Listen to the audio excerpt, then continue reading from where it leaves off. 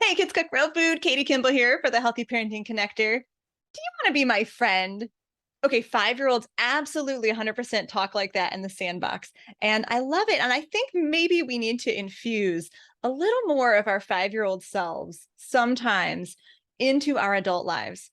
We're talking today with Dr. Marisa G. Franco, who is a friend expert, a friendship expert. And we're going to talk about how adults make and keep friends and the importance of that activity, how we can help our kids make better friends, and how for all of us, friendship does have benefits, no pun intended. there are so many benefits to just making and keeping deep friendships. And it's probably an understated topic in our world, but definitely an important one. So, Dr. Franco, thank you so much for being here today. We're really honored by your presence. Thank you so much for having me. That is such a nice welcome. Honored by my presence. I appreciate that. And you know what? You know what's funny about being online and talking about friends is that I've been online for over 13 years, and some of my readers have literally been following me for over a decade, right? Like our children have grown up together, and yet we've never met. Sometimes they've never even interacted one-on-one, but I get emails all the time saying, "Don't think I'm weird, Katie, but I kind of feel like we're friends." Because they've followed my life. And I always say, absolutely. Like, if you were in my town, like, we would go for coffee. I feel like we're friends too. And it's such a bizarre new phenomenon, though. Like, that did not happen decades or centuries ago. So, in a way, we're redefining friendship. I'm pumped to jump into this today and just hear, the research of and the science behind friendship. But first, I got to do the official bio so that our listeners know to whom we are speaking today. Dr. Marisa G. Franco is an enlightening psychologist and national speaker. She's got a TEDx out there, so look for that if you love feeding your brain with TEDx talks. She's known for digesting and communicating science in ways that resonate deeply enough with people to change their lives. That's what science is for, right? Science should help us direct what we do. That's so cool. She works as a professor at the University of Maryland and wrote the New York Times best-selling book, Platonic: How the Science of Attachment Can Help You Make and Keep Friends. So, where did all of this come from? How did you decide to dial in on friendship?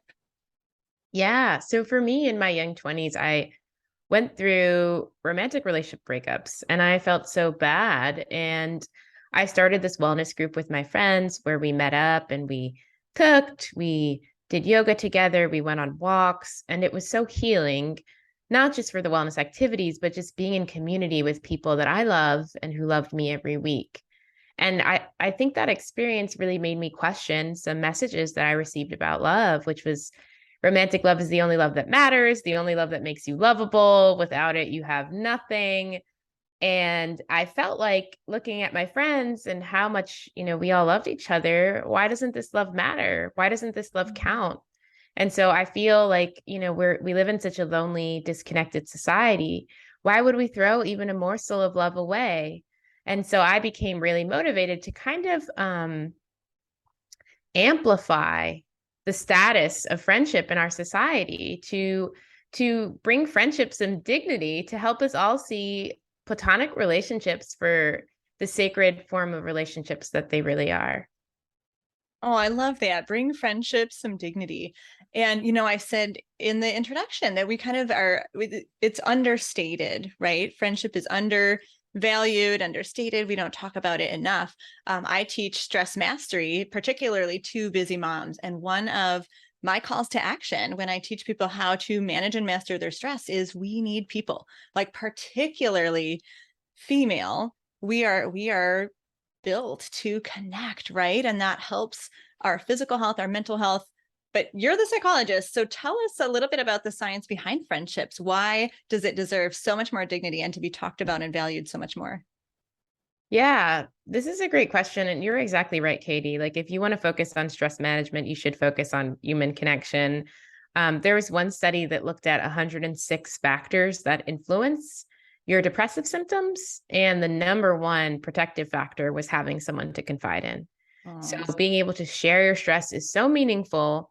Loneliness, on the other hand, is actually found in the research to be more toxic for our bodies than smoking 15 cigarettes a day, being disconnected. We talk a lot about like healthy diet, exercise, and how that contributes to longevity. But in fact, having a strong social network contributes even more to our longevity, significantly more than our diet and how much we exercise.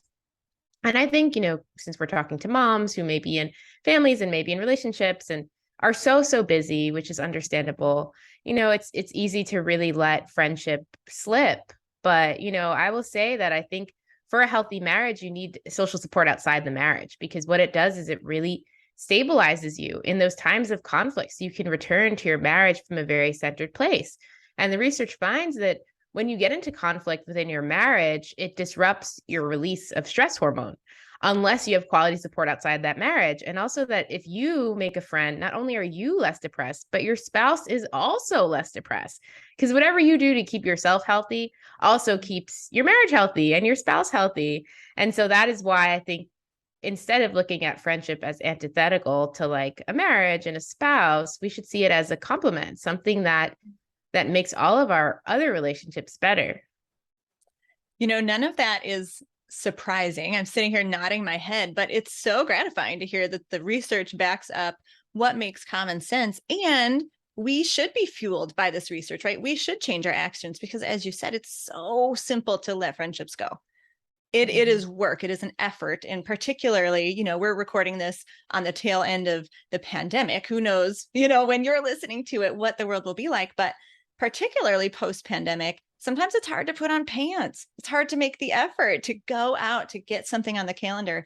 And it is worth increasing that value. I was sort of picturing a web of positive energy, right? Like one friendship affects the marriage, which of course affects the children and their stress status. So keep your friends, man. I feel grateful that my husband and I have really valued friendships throughout our marriage, and our children have seen that model, that we prioritize. Dad hangs out with his friends. They call it their mandate. When he goes out once a week with his buddies. And and I prioritize going for a walk every week with my friend and her dog. And just it's good. It is good to model that, and it's not selfish. So what can we do though? What can we do to get over those hurdles, right? Because marriage can be a factor that tends to maybe isolate us from friendships unless we make an effort. Parenting can definitely be isolating. So like, what's the secret to growing our village now that we're grown-ups and we don't have the sandbox? Yeah. The first one is don't assume that friendship happens organically, because when we assume that, it's actually linked to being more lonely over time. Whereas people that see it as taking effort are less lonely over time. So acknowledge that if you want friends, it's not just about thinking to yourself, I'd love some friends. That's not going to change anything. But instead going out of your way to make them. And, when it comes to making friends, you're just going to have to initiate and ask people, is there anyone that now that you would love to spend more time with, hang out with more, right? That you haven't made that effort and intention to ask them. And I think one of the biggest barriers, Katie, is that we're so afraid of rejection. But what the research tells us is that we're less likely to be rejected than we think. When strangers interact and predict how likely they are to get rejected, they overestimate when strangers interact and predict how liked they are by the other person, they underestimate how liked they are by the other person. And the more self-critical people were, the more pronounced this underestimation of how liked we are. So the truth is that people are a lot less likely to reject you than you think they are if you only just make that effort of saying, hey, I've really enjoyed getting to know you. I'd love to hang out more. Like, would you be open to that? Right? It's just as easy as that. Yeah, or just make one date for coffee. As soon as you said you just have to, initiate, I thought, oh, I wish there was research showing how likely you are to succeed versus be rejected. And you went right into it. I was like, dang, yes, there's research on that. That's Absolutely. killer. Yeah. Because I think, again, I think it's a little more for women, but men too. We get stuck a little bit in that middle school mindset. Yeah. That everyone is looking at us, everyone is judging us, and it's more likely to be negative than positive judgment. But I'm so glad there's research to show, like, just make the coffee date. Just say, hey, do you want to come over? Right? Like, most of the time it will work out. And if it doesn't, really, what have you lost? Exactly.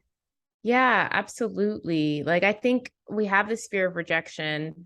First of all, it's less likely to happen than we think. Like, if you look at loneliness rates in this country, most people are pretty lonely, right? So you may think Mhm. everyone else has their friends, but in fact, if you feel lonely, you're more normal than the person that already has all of their friends. So people are just sort of waiting for you to want to connect with them. I think when we feel insecure and we're afraid of rejection, we often reject people. We come off as cold, we come off as distant, we come off as uninterested, not even realizing it, right? And then people might reject us back, and we don't always recognize like the energy we're putting out there when we're so afraid of rejection that we like don't smile, don't engage, don't initiate, right? And then, we make people feel rejected and they reject us back. So it tends to be this sort of self-fulfilling prophecy, which is why another suggestion I have for making friends is to assume people like you, because the research finds that when people are told to make this assumption, they become warmer and friendlier and more open, and it becomes a self-fulfilling prophecy. Wow. And I mean, that's so simple. It's a big mindset shift, but it's such a simple tip. And I think we can see other people performing that sort of self-sabotage where they go in with negative expectations. We don't see it very well in ourselves, though, Exactly. And so hearing this from you, a psychologist, that, you need to be warm and smile and all those things. I know my husband he's an introvert, very, very strong introvert. And we've had some opportunities in our adult lives to interact with many people, right? Like networking situations. And there have been a few other folks where at first my husband thought they're cold, they sort of just have this look on their face. They're unapproachable. They don't like me.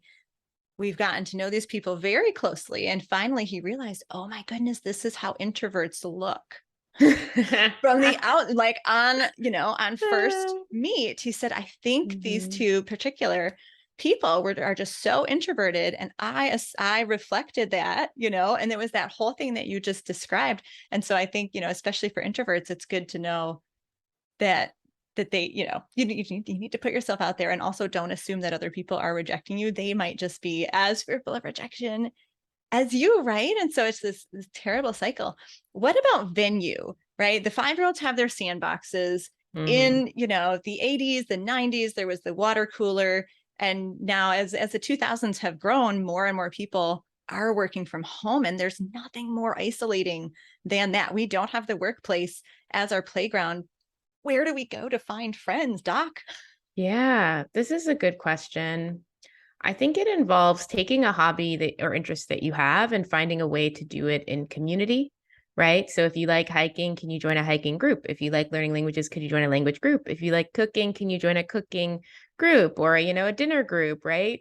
Um, and that the good thing about joining these groups is that they capitalize on something called the mere exposure effect, which is our tendency to like people the more we're exposed to them, the more they're familiar. So what that means is at first, when you meet these new people, it's going to feel awkward. You're going to feel weary. You're going to feel mistrusting. That doesn't mean it's time to jump and leave. It's part of the process of making connections, right? Where our brain is wired to be more weary in the beginning. And then over time, we feel more comfortable. They feel more comfortable with us. So just make sure you're committing for a long time. Now, I know moms, parents, you're so busy and maybe like, I can't join a group. I have no time, right? Then I just suggest think about the things that you do in your day already. And is there a way that you could bring in community around them, right? Like, do you want to do a weekly dinner where you invite a family over and they invite you over at alternating weeks? Or when you go to the gym, would you love to have a gym buddy for accountability or do a running group instead of running alone? Like the things that you're already doing in your day or even working from home, right? If you're working from home, you want to bring in someone to co-work with. I say like make your friends your colleagues, right? I think there's all these creative ways that we can bring more connection and community throughout the day, um, even if it's tasks that we're already doing that we tend to do more in isolation. Nice. So practical. Thank you for giving that specific advice. And we're not just talking philosophically here, right? It's not just change your mind about how you think about friendships, like do it, get on the road and do it. Now, you mentioned there's a little bit of a difference between hanging out with someone who is new to you versus sort of those friends that you know a little better. And I am so curious, as a friendship expert and a psychologist, like, how do you talk about different levels of friendship, and do people need sort of an inner circle and a middle circle and an outer acquaintance circle? Are there different values to different depths of friendships? How can we even discuss that? Yeah. So I wanted to call back a point I made earlier that if you rely on the spouse alone for all of your community, it's going to harm your relationship and arguably harm your own mental health. Because in fact, there's three different types of loneliness, right? There's intimate loneliness, which is I desire someone to feel very close to, like my spouse or a best friend, right? Maybe your relationship with your mom or your caregiver. But then there's also relational loneliness, which is the desire for a connection that mimics the closeness of a friendship. And then you also have collective loneliness, which is a desire to be a part of a group that's working towards a common goal. And so, what these three dimensions of loneliness tell us is that, oh, a spouse actually can only fill one of those dimensions. So, we're vulnerable to still being lonely if we're just focusing on, the nuclear family life. And we need those connections that are a little bit more distant than that most intimate connection. We need even to feel like we're part of a group that's working towards a shared experience. Like what we know from our history as a species, because we call ourselves social creatures, is that we've always needed an entire community to feel whole. And that remains true. That is absolutely fascinating. Yeah. And so then we probably need sort of those old, decades old friendships where you can just meet after not seeing each other for 2 years and fall right back into step. And then we also sort of need to continue to put ourselves out there in those groups and in Yeah, those new friends who are near to us geographically, right? We can do things with, but maybe we don't have a depth of loyal friendship with that each same person. depth. Yeah. Yeah, absolutely. I think it's important to have people that where you live, you can hang out with, because the thing about connection, when it comes to how connection impacts our mental health, both quantity and quality matter.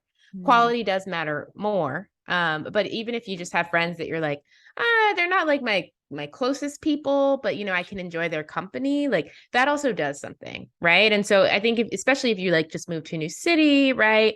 It's going to take time to really find those people you have that deep connections with. So in the meantime, if you find people that you connect enough, like that's also okay. And that's also something you could engage in. And I wanted to just speak to your point about the friend who you don't see in 10 years, who you then, it just like it clicks when you reconnect that what's happening there is that when we feel very close to someone, we internalize them as part of ourselves, like our own identity. So like whatever happens to them almost feels like it happens to us. And so with that internalized sense that that person is with me, it's like we can be apart for a while and I still feel like, I don't know, I still feel like you're with me even when we're not actually together. And that's a sign of the depth and the intimacy of the relationship that you've already developed. Well, that's better than a Hallmark card. I love it. I love it. Now, okay, Dr. Franco, let's talk about kids too, because as difficult it is, for adults to make friends, to keep friends, to invest that time, it's easy for the little kids, but I think it gets more difficult. And also, there are new factors in our world, right? The pandemic has happened. There's technology. We're gonna touch on a little bit of those things, but what suggestions do you have for parents to support their kids in making friends? I met a woman who was very good at making friends, and I asked her how she became that way. And she said, her mom always told you, everyone wants to be your friend. They're just waiting for you to initiate, which is like assuming people like you, right? It's that piece that we can also bring to our kids and to our children, like telling them. And also, the science shows that people like people that they think like them. Mm. So I don't know why we have this weird misconception that a lot of behaviors to create intimacy are awkward, or I don't know. Yeah, that they're very awkward or creepy if you want to hang out with someone. I don't know. Like we all need connection. Why is that awkward or creepy? And I think we have this bias to, when we evaluate how our behaviors come off, our predictions are inaccurate, and also more negative than the truth, right? I talked about that when it comes to rejection, right? We think we're being rejected more than we actually are. And that's across the board. When we show affection to someone, we think it comes off as more awkward than it does. We underestimate how much people really appreciate it. So with that, I would share to make sure you tell your kid to, like, if you want to belong, help get other people to feel like they belong, right? The more that you make other people feel like they belong, the more that you show interest in them, ask them questions, greet them when they enter the room, share, things with them, share resources that you have. Like ask if they want to be part of your group, ask if they want to be part of the game. Like thinking about how to make other people feel included. Then that's the type of person people want to be friends with. The number one feature that people report wanting in a friend is not whether they're entertaining, charismatic. It is how much that friend makes them feel like they matter. So teaching your kid to make people feel like they matter is how you teach them to make friends.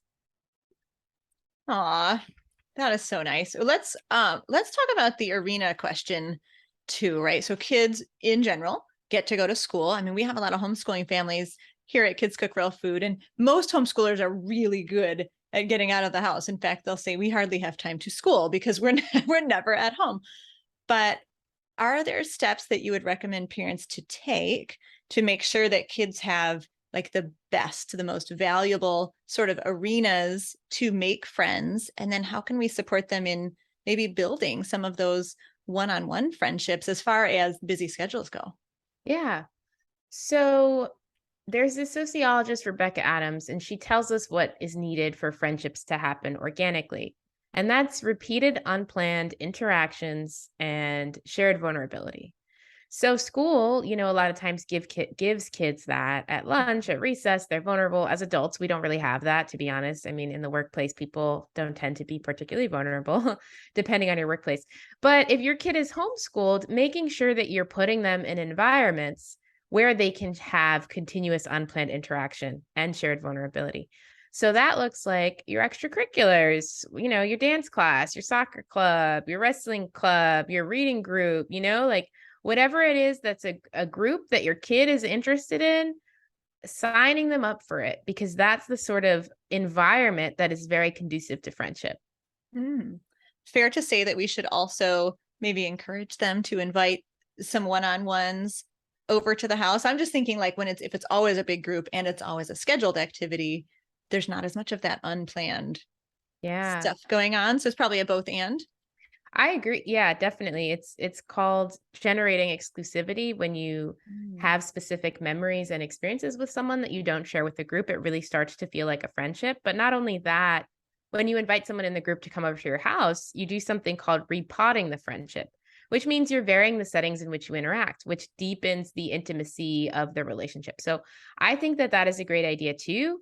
The other thing that I would share with your kid or for yourself is that when you join this group, not just expecting people to come to you, right? Mhm. Sometimes we join groups and we show up physically, but check out mentally, right? Like we're kind of closed off. We're not really making eye contact with anyone. Maybe we're on our phones, right? But the people that succeed at making friends, they show up physically and mentally. They are engaging. They're able to say, oh, hey, what's your name? My name is XYZ. How have you enjoyed this group so far? Right? Like, and that engagement, again, that interest you're showing in other people, that way that you're helping other people belong is ultimately going to help your kid belong too. Is that more of a difficult hill to climb or a difficult homework assignment for our introverts or for our reserved kids and adults? I think sometimes we conflate a lot of different things with introversion. Mhm. I kind of define introversion as you get more energy from being alone than you do Yeah. around other people. But I think, introverts can be quite social. They just might prefer like smaller environments or one-on-one environments. But introverts also have a lot of skills when it comes to making friends, like being a good listener, such a good Mhm. skill, showing people that they matter, right? If that's this quality that we all want, if you listen to someone, that's a great way to show them that they matter, right? And I think for anyone, it is honestly really scary to like introduce yourself to other people. But after my niece read my book, Platonic, what she said was, for friendship to happen, someone has to be brave. So be brave. Oh, put that on a placard on your wall, families. That is so special. How old's your niece?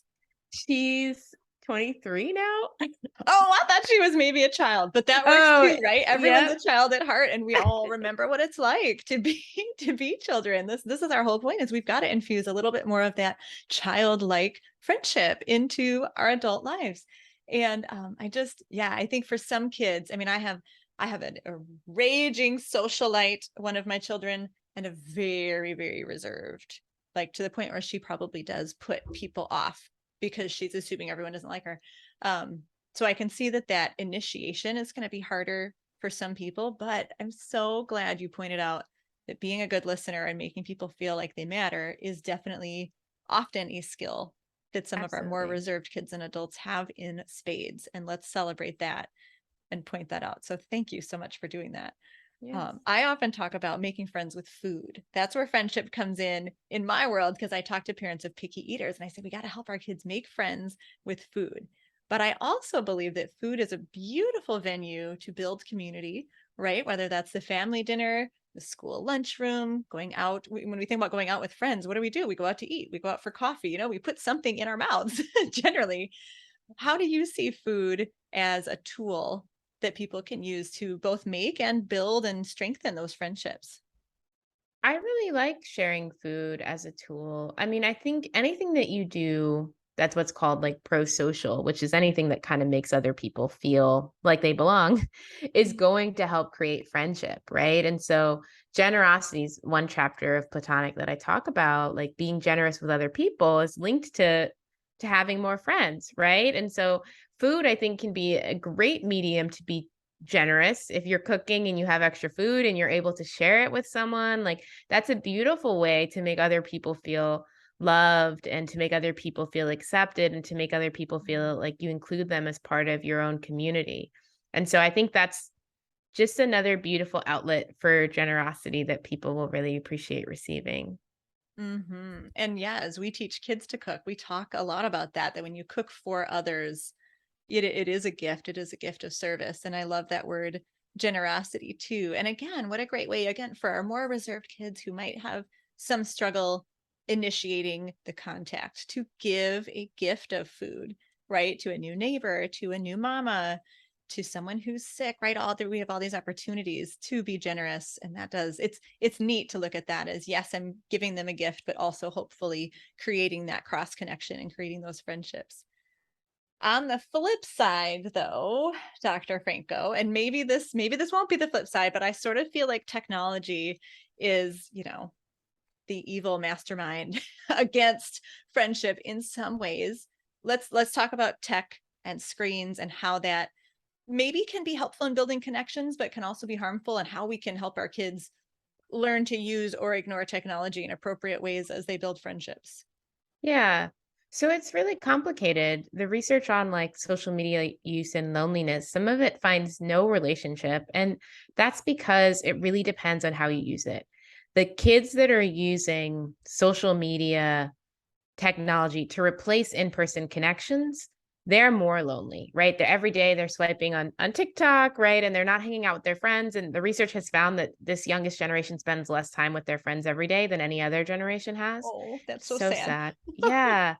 But if you use that technology to facilitate in-person connection, I'm going to reach out to you. I see you online. I'm going to, say how much I like your video, how much I'd love to hang out sometime, right? To coordinate plans, technology can be really helpful for that.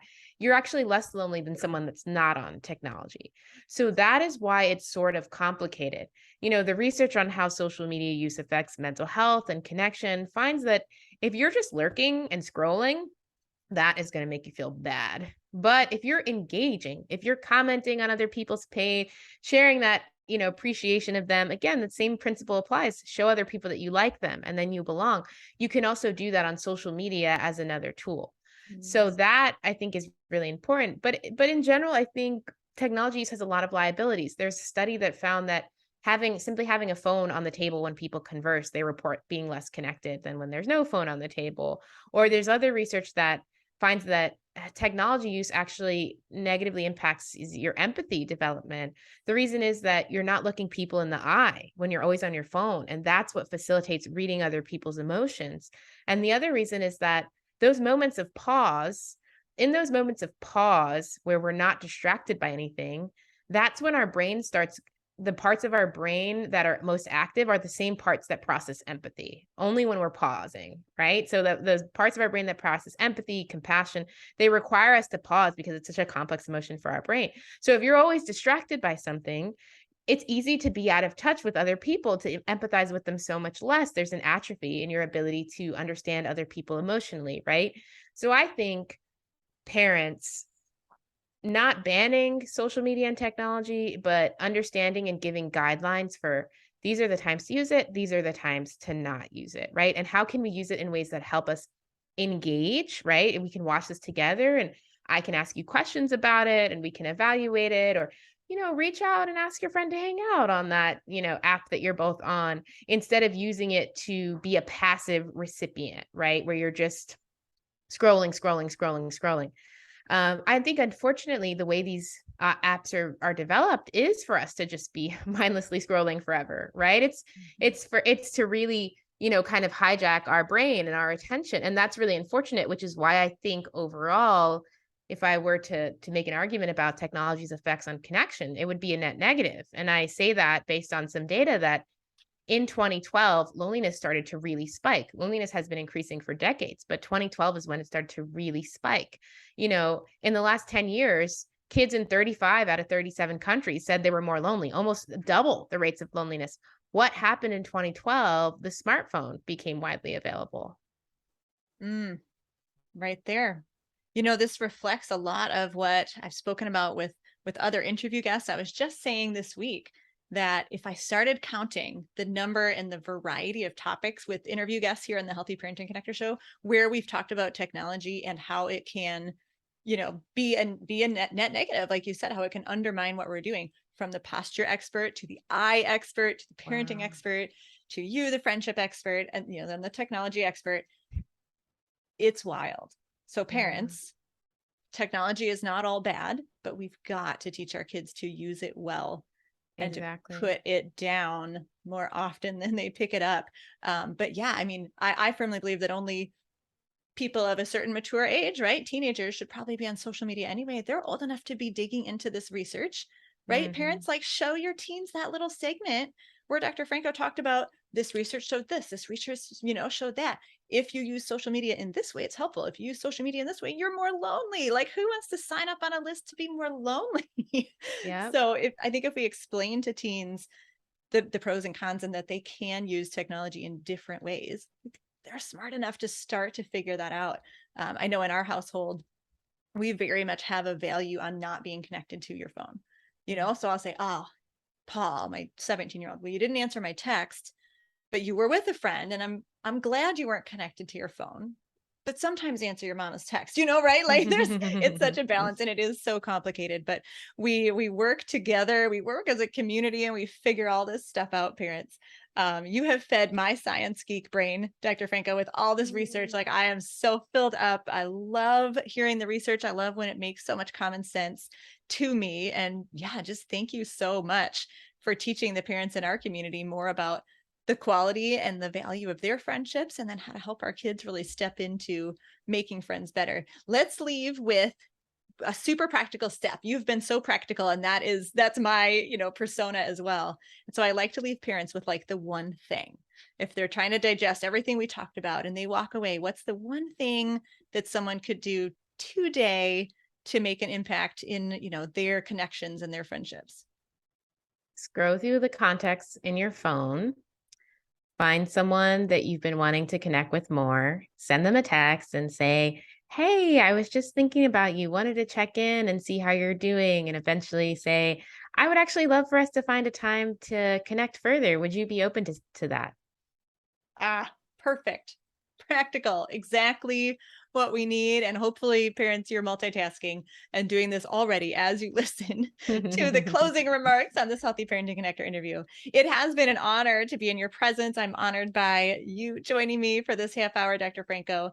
Guys, go look up her book, Platonic: How the Science of Attachment Can Help You Make and Keep Friends. We will make sure we link to all the places and all the ways you can connect with Dr. Marisa G. Franco anywhere we share this interview. And remember that here on the Healthy Parenting Connector show, we are always striving to connect you parents who desperately want to raise healthy, independent kids becoming adults with the experts who have the information you need to make you healthier, to make you a better parent, and to help your kids really grow that independence and those life skills. So thank you again, Dr. Franco. This has been a delight. Of course, it was my pleasure. Thank you. And now we can say that we're friends because we have hung out and connected on something Yes. mutual for like, a good half an hour. And I'm talking to everyone out there too. We can all be friends. Absolutely. I'm going to go listen to all your different episodes that you mentioned. I want to learn about technology and posture. I know. We will make sure we link to those too. I always make notes for my team. So I'll get those in the show notes. Thank you, everyone. And I will see Awesome. you next week for another Healthy Parenting Connector episode.